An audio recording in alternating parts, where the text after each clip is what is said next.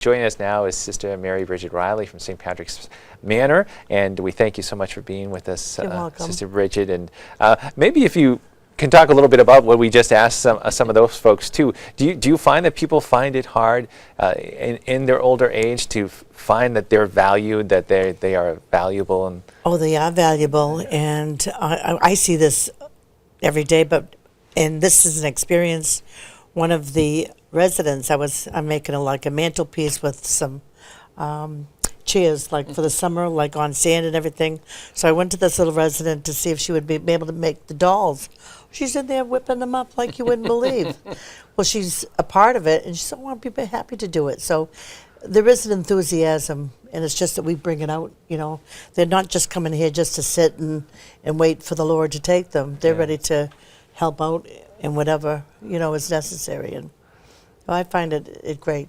Great experience for them. Yeah. We talked earlier with Sister Maureen too about creating that atmosphere too. But what do you find, like, when someone first comes to St. Patrick's? What are some of their apprehensions or concerns as they come? Well, I probably, when they come and meet me, like if they're from Ireland, I'll hug them and I'll sing one of their songs. If they came from Mayo or Galway, I'll sing it. But I think we put them at ease. I think seeing a religious or a sister, and they know that their experience, they're going to be cared for, they're going to be loved. And when you walk into St. Patrick's, you can feel that warmth and love, not because I'm there, but you can feel it. The people will say that, and of course we have the chapel there, we have the Blessed Sacrament daily for them.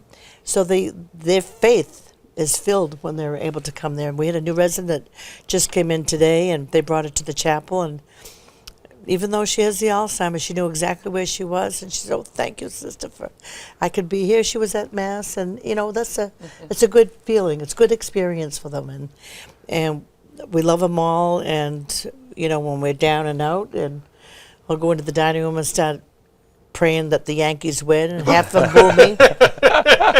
The other half will say, "Oh yeah, we're for the Red Sox." So it's an enthusiasm, and it gets them going. They're just not there to die. They're there to live until they die. Yeah. And that's the main thing. Fans. Huh? Yeah. The Red Sox fans. Well. Well, we were talking about this a little earlier before we went on too, and I know there's difficult times, but it's important to have a sense of humor to be able to sort of laugh at. Well, just like that joke I just told you. Yeah. One of the family members was in, and she was with her husband day in and day out, and it was hard for her, so I'd go in and talk and everything else, and I needed to get so I told her this joke, and she cracked up laughing. But after he died, I went to the wake, and as I'm coming, she said, "Sister Brigid, I'm trying to spell Czechoslovakia." So you can be light, it's not all sorrow. There's joy there as well, and we see it all the time, even with the residents that are dying. The family are there, and we try to bring a little laughter, even though it is sad. But they're going to meet God, but that's what we're expected to do, and I think it's a good feeling to have a sense of humor. Yes. To be with them and tell a few jokes or sing or laugh, and the family feel comfortable as well. Yeah. I asked this question to Sister Maureen too, but what attracted you to the Carmelites, to this ministry? Well, I think it wasn't. I had the Sisters of Mercy in school, so I went to a Catholic school, but I was at the cathedral, and there was 4 of us girls that were not doing the right thing. So we were kicked out of religion class, and it was through this book of, now I'm from Portland, Maine, South Portland, Maine, 1,000 different vocations. So I'm strumming through it, and I see the Carmelite Sisters for the Aged and Infirm. Here was a novice raking leaves. That really struck to me, but I'm one of 9 and from a large family and everything, and I didn't want to go into the convent at all, but my mother always prayed that there would be a vocation. But that just struck me, and it hounded me until I saw a priest, and he told me, "Why don't you go down to New Hampshire? There is a nursing home there." So when I was growing up, we didn't have nursing homes. There wasn't any around, so the aged and infirm, I really didn't know what it entailed. So I went to see Sister Mary Immaculate in in Manchester, New Hampshire. It took me 3 hours to get there by bus. Now, I entered in 57, so I'm going my 60th year.